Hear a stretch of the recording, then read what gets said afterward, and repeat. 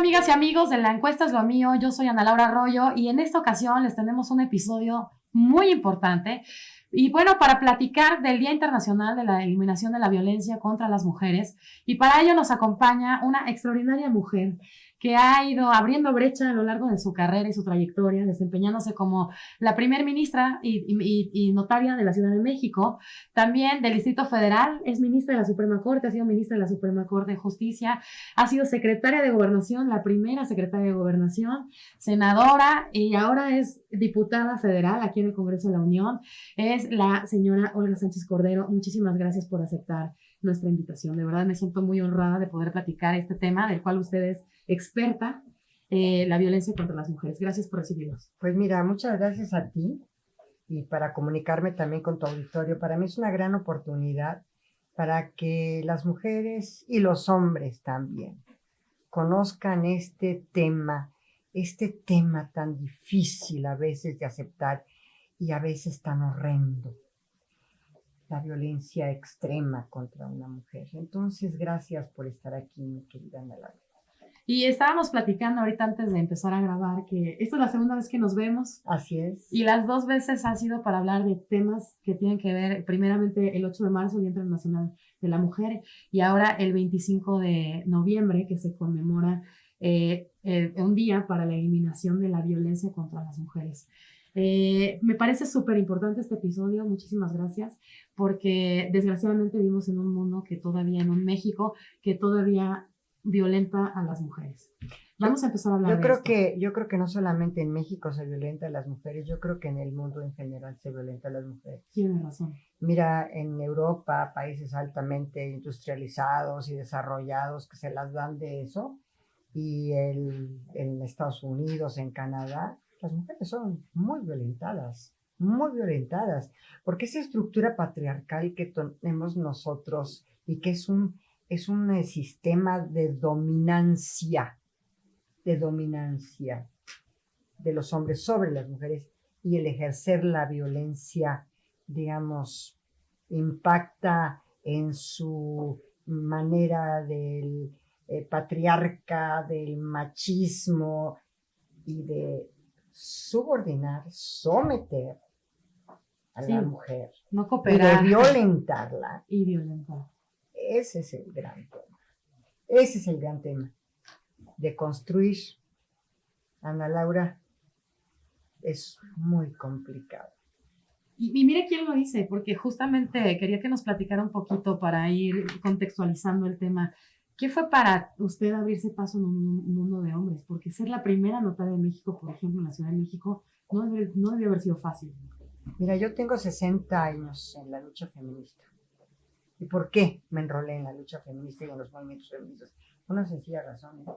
Porque cuando yo entré a la Facultad de Derecho, lo primero que me di cuenta cuando estudié el derecho civil es la simetría normativa y la discriminación y violencia que se ejercía en contra de la mujer desde la norma. Desde las leyes. Desde la ley, desde la norma, desde el Código Civil, desde el Código Penal. Y desde luego toda la estructura patriarcal que impactaba en la administración y en la impartición de justicia. Entonces yo decía, es que esto no puede ser. No puede ser que la mujer no pueda decidir dónde vivir, porque el domicilio conyugal lo tenía que determinar el hombre y la mujer solamente podía negarse a ir a vivir a ese domicilio conyugal. ¿Qué crees? Si era insalubre. O que el hombre administrara la sociedad conyugal. Esa era la discriminación. Claro. La mujer no podía administrar la sociedad conyugal. Son leyes que estaban cuando ustedes estaban... Cuando yo entré a la Facultad de Derecho, esas asimetrías normativas eran evidentes. Entonces yo empecé a reflexionar y dije, yo no puedo seguir viviendo en un mundo de discriminación, de violencia, porque la discriminación es violencia, sin duda alguna es violencia. Claro. Es violencia psicológica, es violencia emocional, es todo tipo de violencia que se sigue ejerciendo sobre las mujeres y sobre las niñas y sobre las adolescentes.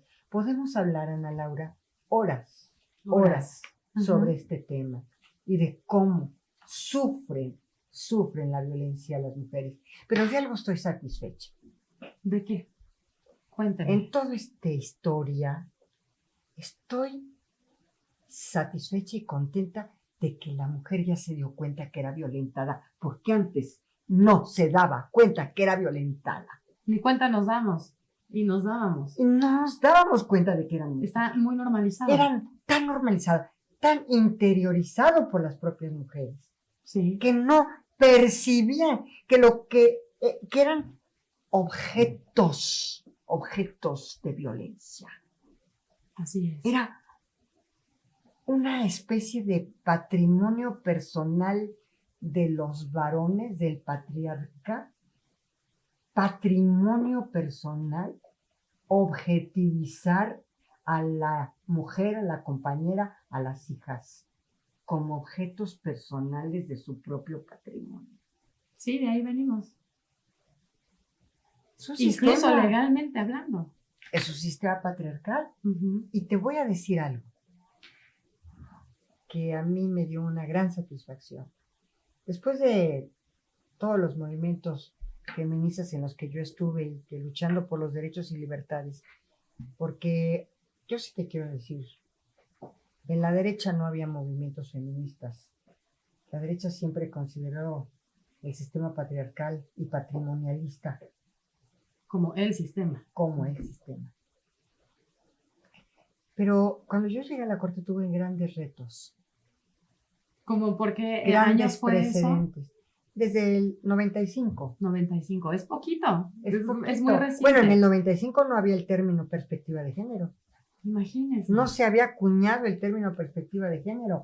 Se acuñó en la Convención de Beijing en el 95.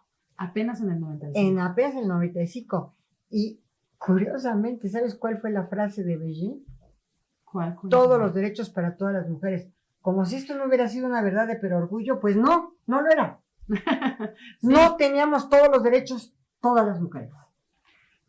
Pero cuando yo llego a la corte se me presenta una disyuntiva muy interesante. Platícame. Una contradicción de tesis. En el sentido de que la tesis tradicional de la corte habría sido que no había violación entre cónyuges. ¡Qué fuerte! Que era un abuso permitido, un abuso de un derecho, como si fuera un patrimonio. El derecho abusivo de un derecho quiere decir que, por ejemplo, tú tienes tu casa, tu patrimonio, tu coche, y se te antoja y se te ocurre incendiarlo, quemarlo, el coche, quemar la casa, en fin, ¿no? Y es tu casa. Pero es tuya. Es tuya. Uh-huh. Entonces tú dices, bueno, es mía, y por lo tanto yo puedo hacer lo que quiero. Sí, pero los vecinos están recibiendo el humo, pero los vecinos pueden, el fuego puede expandirse a sus casas, etcétera, etcétera, ¿no? O derruir un edificio para construir otra cosa. Y entonces, ¿cómo que no hay violación entre cónyuges, sino un derecho abusivo? ¿Qué significa eso? Uh-huh. O sea, el ejercicio el abuso de un derecho. Entonces yo dije, ¿esto es un patrimonio? O sea, el hombre tiene a su compañera como un objeto patrimonial. Es una teoría patrimonialista, sí, claro, de la relación entre cónyuges. Claro. Y entonces yo les propuse a los ministros, que no salió por unanimidad, salió por mayoría de 3 votos en la primera salida. Yo les propuse a los ministros. ¿Y en ese tiempo que sí eran solo ministros? Eran solo ministros, porque yo era la única entre los 11. Digamos que llegaste a abrir brecha. ¿También? Claro. Uh-huh. Y entonces yo les dije, no, aquí hay una violación, porque la autodeterminación de la mujer en su propia sexualidad es de ella y nada más que de ella. Claro. Y por esa primera vez se habló de la autodeterminación, en este caso de la sexualidad de la mujer. Pero después la autodeterminación y el desarrollo de la personalidad sirvió como, estos 2 pilares sirvieron como el sustento, por ejemplo, de la despenalización del aborto, por ejemplo, del sustento del uso lúdico de la marihuana, la autodeterminación. Claro, es el primer, el pilar. y de todos los demás derechos. exactamente. Claro. Y la declaración de voluntad de una persona para estar o no estar, para tener relaciones o no tenerlas. Y esta autodeterminación de la sexualidad por primera vez se dijo en una sentencia de la Corte, y el desarrollo de la personalidad. Y dije, por supuesto que hay violación entre cónyuges, porque muchas veces las peores violaciones que se han dado, que llegan incluso hasta la muerte de la mujer, son entre cónyuges. Sí. De hecho, he visto algunas cifras que en México, desgraciadamente, somos un país que vivimos mucha violencia y la mayoría de las violencias se dan en la familia, en las casas de En las las y los casas, mexicanos. en donde la mujer debería de estar protegida, Claro. en donde debería de ser su espacio vital para poder desarrollarse como persona. Y ahí, en ese espacio, es donde más violentada es. Fíjate que me ayudaron a hacer una investigación. De acuerdo al INEGI, en la encuesta nacional sobre la dinámica de las relaciones en los hogares, refleja que 66 de cada 100 mujeres, 66 de cada 100 mujeres, es casi el 70%, de 15 años o más que viven en el país, han sufrido al menos un incidente de violencia de cualquier tipo a lo largo de su vida. Entonces, si lo posemos todo esto que nos estás diciendo, Olga, a cifras, es increíble la cifra de las mujeres de cada 100 que en menos de 15 años ha vivido algún tipo de violencia, 66. Me parece una cifra muy alarmante y por eso quisimos hacer este episodio. Es que es alarmante, pero mira, te digo que estoy contenta de que las mujeres ya básicamente están conscientes de que habían internalizado las violencias y que pueden ser, Ana Laura, desde las más sutiles violencias. Es lo que me estabas diciendo, claro. Porque hay veces que el hecho de que tu autoestima en una relación de pareja te la vayan disminuyendo y disminuyendo, ¿sí? Para de alguna manera dominar la situación. Claro. Y no te das cuenta de que estás siendo violentada hasta en los más mínimos detalles. Y estás siendo violentada. Claro. Y hoy las mujeres tienen esa conciencia. Fíjate, ahorita lo que me decías, el 44% de acuerdo al INEGI han sufrido violencia por parte de su pareja actual o última. Obviamente. Es lo que nos decías. Pero fíjate una cosa, que todo depende, ahorita que estás hablando de las cifras del INEGI, todo depende de la región del país en donde tú levantes esta encuesta. Sí, claro. Hay zonas peores. Y te voy a decir por qué. Te voy a decir por qué. Estas encuestas a veces te reflejan que en el sureste hay menos violencia que en el norte o que en el centro del país. Y es que en el sureste la mujer está tan dominada, tan excluida, tan violentada, que para ellas este tipo de violencias no las consideran violencias. Es lo normal. Es lo normal. Claro.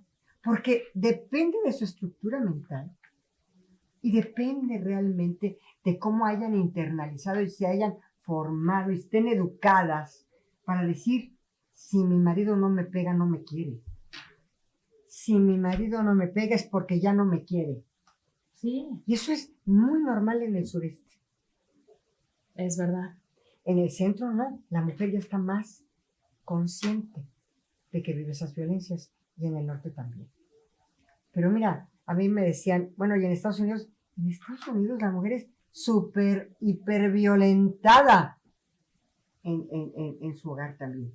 Y en Canadá. Y pero creo que por son más supuesto, objetivizadas también.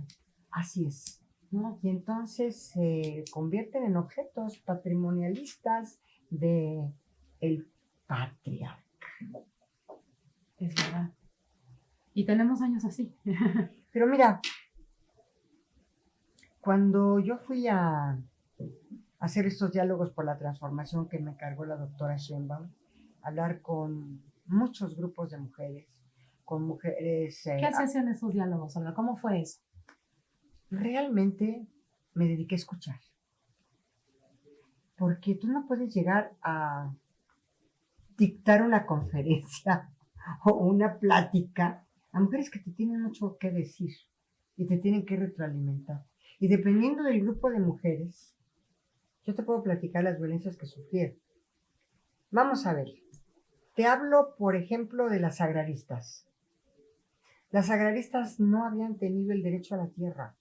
Es más, el Código Agrario, en un principio, hace algunos años, les negaba el derecho a heredar, porque consideraba que los que debían de heredar eran los primogénitos varones. Qué fuerte. En los ejidos, en las tierras ejidales. O sea que hay una cantidad de mujeres en los ejidos que no tienen tierra. Y obviamente ellos, por supuesto que no podían participar nunca en los comisariados ejidales, menos presidirlos. No menos. Y menos tener voz, Claro. ni menos voto. Eso es verdad. ¿Qué querían? Que las leyes cambiaran para incorporarlas en condiciones de igualdad. Yo con la reforma esta de igualdad sustantiva, maravillosa de Claudia,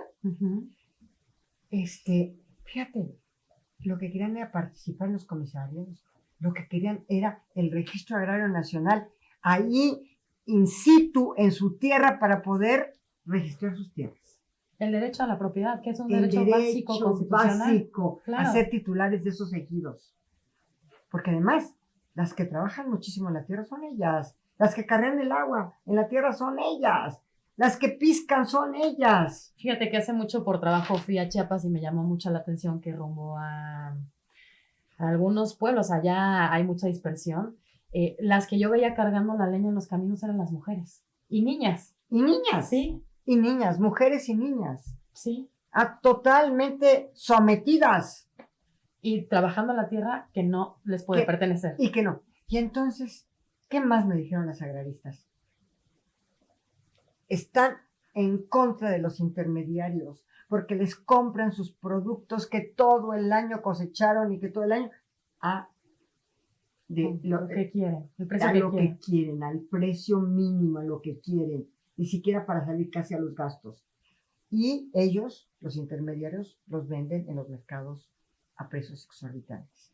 Entonces ellas querían, obviamente, que no estuvieran los intermediarios, obviamente participar en los comisarios del comisariado ejidal, obviamente presidir los comisariados ejidales. Pero luego platiqué con las científicas. ¿Y qué pasó? ¿Qué Porque todo eso es violencia, ¿eh? Las agraristas, claro. Las agraristas lo que estaban denunciando era violencia. Claro. Y violencia muy fuerte. ¿Cómo que no puede pertenecerme a mí la tierra que yo trabajo? ¿Y cómo que no puedo estar dentro de la comisariado ejidal y votar y ser tomar votada decisiones, y tomar claro. decisiones y ser presidenta de ese voto? Entonces, todo esto es violencia, violencia, violencia, violencia. A ver, te comento. Me reúno con las científicas. Las escucho. Cuando ellas eran pequeñas, ¿qué les decían? Sus madres, sus profesores, su escuela. Las niñas no son buenas para las ciencias. Para las matemáticas. Las niñas no son buenas para las matemáticas, para la física, para la química. Yo todavía tengo tías que las mandaban a estudiar secretaria y punto, porque una carrera imposible. Claro, taquimecanógrafas. Y eso ya era suerte de que pudieron estudiar algo. Claro. Sí. Y entonces, ¿sabes qué les decían estas científicas? Les decían, sí, pero es que a mí me gustan las matemáticas, es que a mí me gusta la ciencia, es que a mí me gusta la biología, es que a mí me gusta la física. No, tú no tienes mente analítica. Las mujeres no tienen mente analítica. No tienen mente analítica. Por eso es que me da tanto gusto que Claudia Sheinbaum sea científica, física, matemática. Y presidenta. Y presidenta. Sí. O más bien, presidenta científica y académica. Claro. Bueno, me decían las científicas, nosotros tuvimos que ir contra la corriente. Tuvimos que demostrar doblemente que sí podíamos y que sí nos gustaban las matemáticas, la física, la química. Y por eso había tan pocas científicas.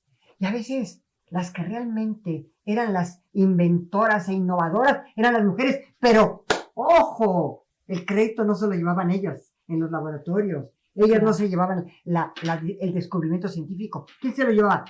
El marido. Pregúntale a Madame Curie.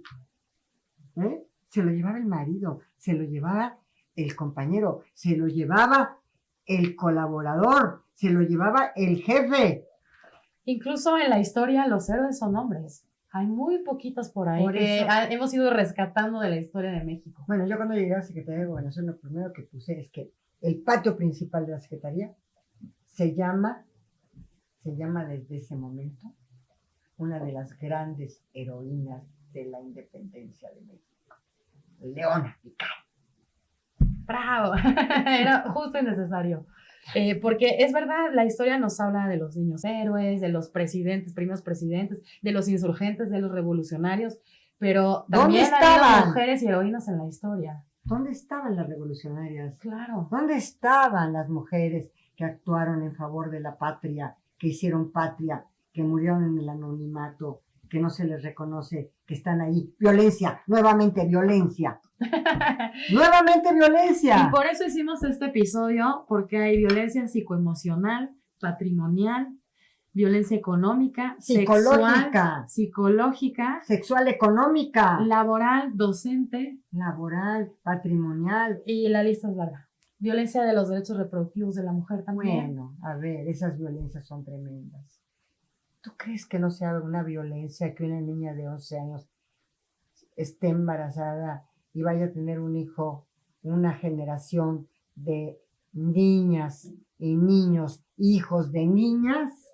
Sí, sí. Violadas, violentadas. Oye, México es, no me acuerdo si primero o tercer lugar en mujeres. Primero, en embarazo segundo lugar. Adolescente. De embarazo infantil, que eso es todavía peor. Eso es peor. De adolescente. Porque la adolescencia llega hasta los 17, pero el embarazo infantil de 11 añitos, de 12. Sí. Hasta ¿Cómo podemos ser primer lugar en eso? ¿Cómo podemos? ¿No? Y eso también es una violencia horrenda. Eso Claro. también es un sistema de dominación y de patriarcado y de machismo, de violencias en contra de las niñas. ¿Qué les puedes decir a las nuevas generaciones, Olga? Porque yo soy una generación intermedia donde siempre lo digo y me da risa que balconeó a mi mamá y digo, cuando mi mamá nació la mujer no tenía ni derecho al voto. Y hay nuevas generaciones que ya no están viendo esto y tú eres un referente de la lucha femenina en nuestro país, que a ti sí te tocó, me acuerdo la vez que platicamos la otra vez en la encuesta es lo mío, me decías, es que cuando yo fui notaria no había ni baños para mujeres, porque no había notarias. No había notarias. ¿Qué les puedes decir tú con toda esta sabiduría que tienes y experiencia a las nuevas generaciones de hombres y mujeres? Porque también lo que estamos platicando aquí es que crecemos con este machismo, hombres y mujeres. ¿Qué les podrías decir? Mira, primero les podría decir dos cosas que son bien importantes. Que tengan una gran autoestima de ellas mismas, porque lo primero que tienes que hacer es estar segura de ti misma para poder avanzar y para poder darte cuenta de que no puedes ser objeto, ya no sujeto, objeto de violencias. Objeto de violencias. Yo tuve varios casos y de verdad fue de un dramatismo tremendo, muchísimas situaciones de mujeres. Mira, la madre de Mariana Lima, de esta mujer activista que se convirtió en activista después del feminicidio de su hija. Es que qué cosas tan fuertes. Después del feminicidio de su hija. ¿De cuántos años fue el feminicidio de su hija? ¿Cuántos Mira, años tenía? No, ella ya tenía pareja, creo que tenía como unos 19 o 20 años. Joven. Sí, estaba casada o en unión libre con uno de los comandantes de la policía de ahí del municipio donde vivía. Y obviamente cuando fue a denunciar la muerte de la chica esta, dijo, se suicidó. Y el Ministerio Público, con toda la tranquilidad del mundo, qué bueno que vino usted a denunciar que se había suicidado. ¿Tú crees que hubo una prueba pericial? ¿Tú crees que hubo alguna carpeta de investigación? El dicho de este hombre comandante de la policía de ese municipio fue suficiente. Fue suficiente para archivar definitivamente el caso de Mariana Lima. Y digo el nombre de Mariana Lima porque hay que proteger los datos personales, pero es que se ha convertido en un estandarte en los feminicidios y en un ícono de las horrendas violencias que sufren las mujeres hasta que pierden la vida. Que se las arrebata, ¿no? Les arrebata la vida. Ser una chica feliz, contenta, estaba estudiando Derecho, por cierto, y esa noche le había hablado a su madre y le dijo, no tarda en llegar fulanito, ¿no? El fulanito, así que me despido, pero estoy contenta porque en mis clases me fue muy bien. Y se despidió de la madre muy feliz. Y la madre me decía, porque ella me esperó afuera de mi cubículo en la corte, me esperó a que yo saliera. Y en el momento en que yo salí, me dijo, tiene que atraerla el caso de mi hija aquí a la corte. Entonces entró conmigo, me platicó. La corte no es usual, no es normal, no es usual, es decir, no está dentro de las atribuciones de la corte. A traer un caso desde la investigación del Ministerio Público. La corte trae ya desde el amparo directo o el amparo indirecto en revisión, allá ya después de que pasa todas las etapas del procedimiento. Sí, es un proceso más federal que local, ¿no? Y aparte, y me dijo, es que usted tiene que traerlo. Entonces ahí dije, claro que sí, para que la corte pueda hacer un protocolo de investigación de feminicidios. Y se atrajo el caso. Y la corte resuelve. Fueron 2 casos los que se atrajeron por insistencia mía. Uno de un niño de 4 años violado en una escuela de Oaxaca por su profesor de deportes, que también se quedó en el Ministerio Público porque esta escuela tenía mucha influencia y era una escuela que no quería, digamos, pues aparecen en el escándalo, etcétera, ¿no? Escándalos. Y muchas veces pasa que cubren a los violadores. Desgraciadamente la mayoría de las veces. Este caso del niño y el otro caso fue el de Mariana Lima también, que desde la investigación la corte ordenó reabrir el caso, no darlo por archivado y investigar con perspectiva de género, y en ese protocolo de investigación de perspectiva de género se contienen, creo que ya se ha estado perfeccionando, pero se contienen cómo debe haber una investigación en contra de las violencias y sobre todo del feminicidio de mujeres. Porque, curiosamente, casi todos los feminicidios ocurren en el círculo más íntimo de la mujer. Qué fuerte es eso, es lo que decíamos hace rato. En el círculo más íntimo. Ahí es donde está la mayor cantidad de violencia. Exactamente, y sobre todo porque ocurre sin ningún testigo, en la privacidad. Claro. Y entonces es complicado hacer una investigación, precisamente porque hay que tener herramientas de darle un peso específico a la mujer que fue violentada, pero que nunca se le toma en consideración.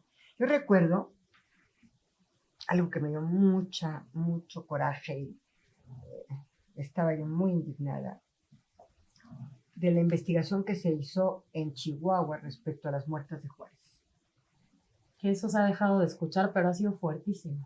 Y que esa investigación, y lo quiero decir en tu podcast, esa investigación, cuando llegó a la Corte Interamericana, la Fiscalía del Estado de Chihuahua, ¿qué crees que dijo?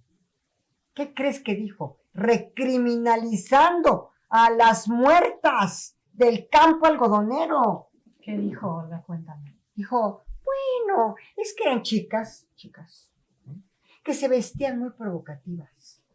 Las muertas de Juárez, muy provocativas, que tenían malas amistades. Fue su culpa por vestirse así. Que eso no lo he oído solamente ahí.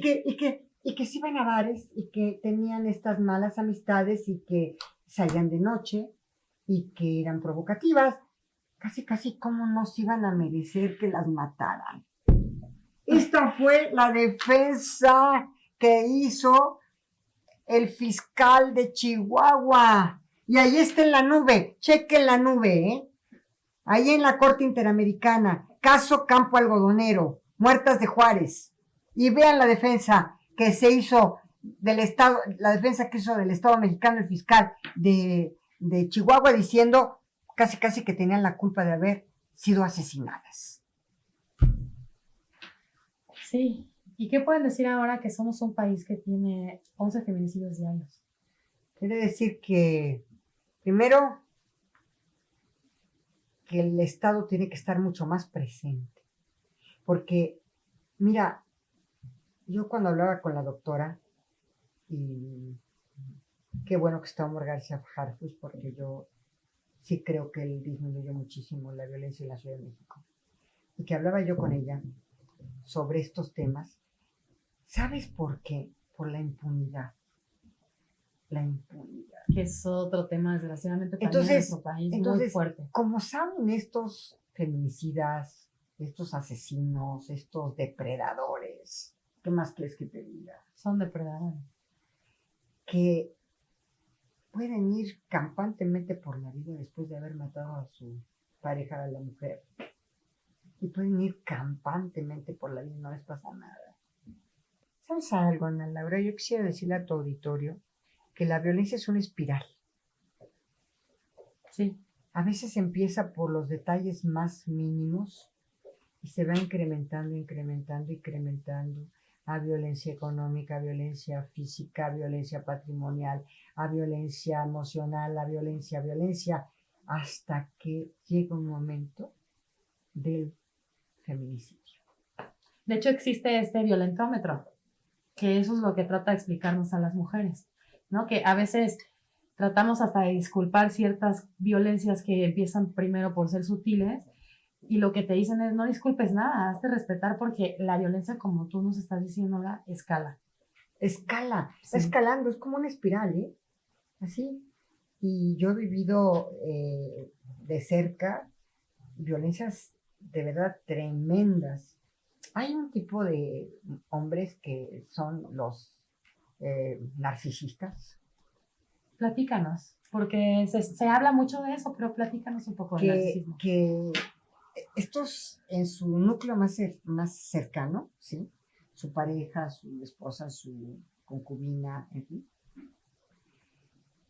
Ellos van quitándole la posibilidad de que tenga una autoestima, le van reduciendo su autoestima.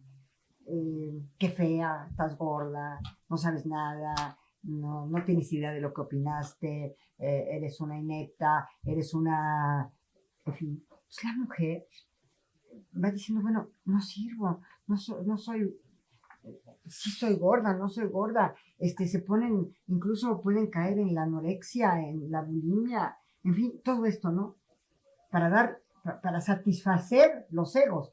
Y entonces, estos narcisistas se alimentan de la violencia que ejercen y de la autoestima, cómo se va disminuyendo Y del en sus sufrimiento. parejos y del sufrimiento. Y ese es como su alimento. Haz de cuenta como un gulp, se van alimentando, se van retroalimentando de lo que les hacen. Y es muy difícil que estas mujeres se puedan zafar de este círculo de violencia y puedan estar conscientes de que están siendo violentadas y de que esta violencia que sufren es parte de la retroalimentación del narcisista. Es que yo platicábamos hace rato y te decía, es que es increíble pensar que alguien tan cercano a ti y que se supone que tiene el papel de amarte, cuidarte, protegerte, es tu primer enemigo, Es ¿no? tu primer violentador y depredador. Exactamente. Y esta es una enfermedad mental que desgraciadamente es más común de lo que quisiéramos y pues sucede más de lo que parece. Sí, psicológicamente, sí es un tema de disfuncionalidad. Claro, claro. Pero no se dan cuenta, ellos son, y además, ¿qué te diré? Se crecen ante el castigo que le hacen a la mujer. Se crecen ante su narcisismo, entre más las violentan. Y en el momento en que alguna de ellas escapa de ese círculo, buscan otras, Claro. porque lo requieren. Y no solamente con las parejas, con las hijas. Las denigran, les dicen que no sirven para nada. Bueno, todo, ¿no? Todo lo que hemos vivido. Porque también ese es un tema de violencias. Claro. Y en términos de política pública, ahorita que estamos platicando de que tenemos la primera presidenta mujer en México y que me encanta porque nosotros tenemos una encuesta nueva a la que le llamamos termómetro presidencial, te la voy a mandar, Olga, para que la conozcas. Y lo que veo ahí en la encuesta es que la mayoría de mujeres apoyamos a la mujer presidenta. Eso no sucedía antes porque también nos enseñaron a competir entre nosotras, ¿no? Este machismo. Y ahora me encanta porque yo tenía encuestas donde preguntábamos, ¿crees que México esté preparado? Imagínate la pregunta incluso, ¿crees que México esté preparado para tener una mujer presidenta? Y la mayoría nos decía, no, todavía no estamos preparados. Te estoy hablando de encuestas que hacíamos todavía hace 6 años. Y ahora me encanta que las mujeres estamos apoyando a la mujer presidenta, de acuerdo a nuestra encuesta. y creo que porque creemos y tenemos fe que estando una mujer en el poder y tomando decisiones nos va a apoyar. ¿Crees que esto realmente se traduzca o se está traduciendo en políticas públicas en beneficio nuestro? Hay dos temas que la doctora, tres temas, que cuando ya concluimos ya los trabajos de los diálogos por la transformación, ya tenía muy claros y muy presentes, y por supuesto que yo le entregué algunas de las reuniones que tuve y retroalimentada por las mujeres con las que yo me reunía, me reuní con obreras también, me reuní con estudiantes, de todo tipo. O sea, creo que hicimos una gran labor en este diálogo. Diálogo será escuchar, por eso escuchábamos. Tres temas. Uno ya es la igualdad sustantiva, que ya llegó a esta reforma constitucional. Qué bueno, eso, hay que hablar de los avances, ¿no? Qué bueno. La otra, que también ya llegó a nivel constitucional, la erradicación de la violencia, que también llegó a la... Y el tercer tema que también llegó a la Constitución, las políticas públicas para erradicar también la brecha salarial entre hombres y mujeres. Pero adicionalmente, creo que este reposicionamiento de la mujer y el rechazo a estas violencias se puede dar cuando tú implementas una política pública como un sistema nacional de cuidados. Tú me vas a decir, ¿y qué tiene que ver el sistema nacional de cuidados con la erradicación de las violencias? ¿No? Aparentemente no tiene nada que ver. Nada, pero mira, este sistema de cuidados, que ya lo va a implementar la doctora y que vamos a empezar ya, significa que la mujer puede tener la confianza y la tranquilidad de que sus hijos muy pequeños están cuidados por profesionales en educación temprana, en estimulación temprana, en fin, ¿no? Puede tener la seguridad de que sus hijos o los miembros de su familia que tienen algún tipo de discapacidad están cuidados. Puede tener la seguridad de que los adultos mayores que no pueden van a estar cuidados. Entonces, este sistema nacional de cuidados le va a dar la oportunidad de incorporarse al mercado laboral, porque hoy todo el trabajo que hace no es remunerado. Sí. Y eso implica una asimetría en el hogar impresionante, porque está a las expensas del proveedor. Es importantísimo. Entonces, cuando ella tenga esta posibilidad de incorporarse plenamente al mercado laboral, ya la relación entre ambos va a ser distinta, porque ella también va a ser proveedora. Claro. Y porque ella sí también va a tener un trabajo remunerado. Claro. Y porque sus hijos y sus adultos mayores y sus personas con discapacidad van a estar cuidados. Y que entonces ella, al reclutarse, ya, primero vamos a crecer entre 5 y 6% en el PIB. Por la mujer. Ya está calculado. Ya está calculado. Okay. Segundo, ¿sabes cuánto representa el trabajo no remunerado de las mujeres? Que también es violencia. Que también es violencia. Qué bueno que lo dices porque lo tenemos muy normalizado. Que también es violencia. ¿Sabes una cosa? ¿Sabes cuánto cuesta en el PIB? 26% del PIB es el trabajo no remunerado de las mujeres. Es muchísimo porcentaje. ¿Y sabes cuánto cuesta? Un sistema nacional de cuidados. 1.2, 1.5 del PIB. ¿Tú crees que no vale la pena 26% al 1.5 y además crecer, y además que la mujer se empodere, y además que las relaciones sean simétricas y no asimétricas? Totalmente, es bueno para todos, o sea, y todos. Imagínate, esta es una política pública que yo quisiera que se empujara con todavía, y yo creo que... ¿En qué estado está ahorita? Porque sé que se tiene que discutir. Se tiene que discutir en las cámaras, en el Congreso y en todos los congresos locales, porque esto es también a nivel local. Pero déjame decirte algo.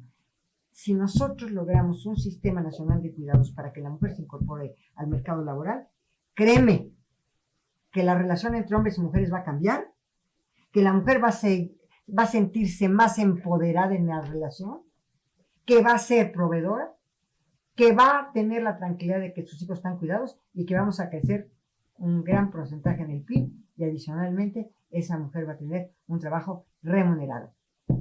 Híjole, es buenísimo que se haga. Porque esas también son violencias, ¿eh? Claro, y son enormes, porque tienes que estar expensos de que el único proveedor de la casa pues te quiera dar dinero o no. Y es violencia económica, y además te exige muchas cosas. Es una situación muy complicada. Esta Ley Nacional de Cuidados, Olga, lo que pretende es poner a disposición de las mujeres mexicanas lugares para que cuiden a sus hijos y ellas puedan ir a trabajar. Es un sistema en donde se va a capacitar a los cuidadores, hombres y mujeres cuidadores, ojo, no necesariamente nada más mujeres, ¿verdad? En donde va a tener 3 temas. Vamos a ir poco a poco. 3 temas importantes. Niños antes de la... Chiquitos. Muy pequeños, con cuidadores altamente capacitados para educación temprana. Ellos van a estar siendo educados y con estimulación temprana desde más pequeños, y eso no lo sabe la madre, por ejemplo, no está preparada para una educación temprana. Claro. Las personas con que ahí también la madre, crecen los niños discapacitados y la madre ya no puede cargarlos, ayudarlos a vestirse, a hacer, para llevarlos a hacer sus necesidades, para, en fin, todo esto, ¿no? Sí. Y las personas que están altamente capacitadas para ello, pues saben cómo. Claro. Inmediatamente los transportan, inmediatamente los auxilian en todo esto, ¿no? Y también personas con adultas mayores. Creo que si avanzamos en esto, va a impactar en la disminución de las violencias, Ana Laura. Qué bueno que así sea. Que así sea, porque nos surge. Somos el país de 11 feminicidios diarios. Eso es una desgracia que ojalá que en este sexenio todas y todos, porque este no es un tema solamente del gobierno, es un tema de todas y todos los mexicanos. Y el feminicidio es la privación de la vida por razón de género. Sí, porque eres mujer. Porque eres mujer, te mato. Razón de género, ¿eh? Sí, es muy fuerte. Como la política, la violencia política en razón de género, que está también tipificada. ¿Se puede comprobar realmente? Ese es el tema. Ese es el tema. Pero es que si no tenemos protocolos para la investigación con perspectiva de género y no continuamos construyendo un país sin violencias, pero sobre todo sin violencias familiares, no te sé en la pandemia cómo se aumentó la violencia. Y los divorcios, Olga, por lo mismo. Sí, sí, sí. Ya nos tenemos que despedir, Olga. Danos un último mensaje, una conclusión en este especial por el Día Internacional de la Eliminación de la Violencia de Género para las mujeres. Yo quiero compartir con todas las mujeres, sobre todo en mi país, que no están solas. Hoy tenemos una mujer presidenta de este país que está comprometida con nosotras, pero que nosotras también tenemos que poner de nuestra parte muchísimo. Tenemos primero que estar consciente de que sufrimos violencias, de que no se vale, que tenemos que eliminar las violencias que se ejercen contra nosotras. Segundo, tenemos que caminar para que nosotras no violentemos a otras mujeres, porque lamentablemente las mujeres también violentan a otras mujeres. Yo desde que llegué a ciertas posiciones, yo quería que llegaran muchas mujeres, que si yo había sido la primera, por ejemplo, en la Ciudad de México como notaria, abrir la puerta para que todas llegaran.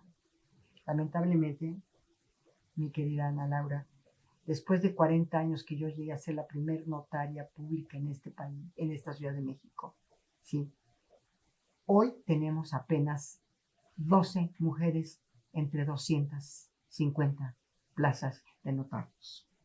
12 mujeres entre 250 notarios. ¿No se te hace que también es violencia? Totalmente.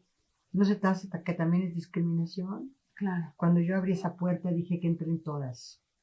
Pero a veces, y eso es lo que yo les quisiera también decir a tu audiencia, a veces las mujeres somos las que nos ponemos más piedras en el camino.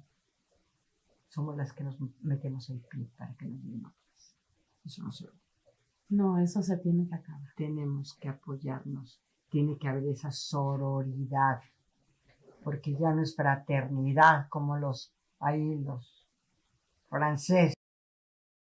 Francesa. Libertad, fraternidad, igualdad. sororidad.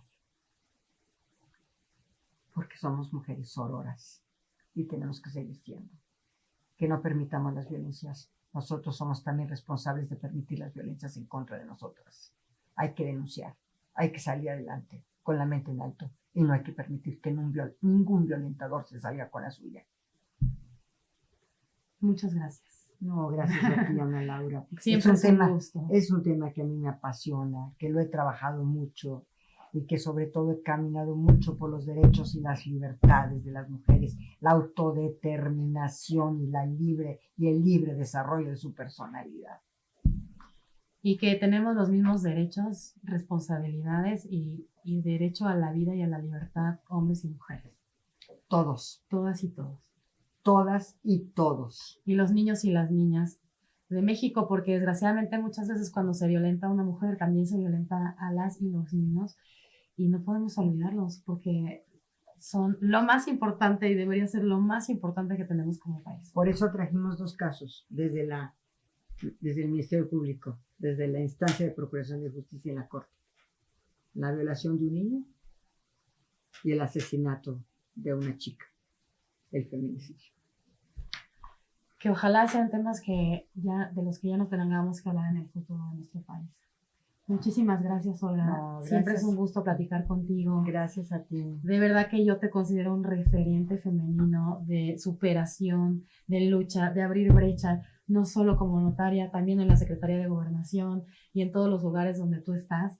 Te agradezco muchísimo que nos des este tiempo y este espacio, porque es un día importante para todas y todos los hombres y mujeres de México, porque no queremos seguir viviendo y viendo que existe violencia, porque siempre es la hermana de un hombre, la esposa de alguien, la amiga de alguien, la hija. No se vale, y la hija de alguien.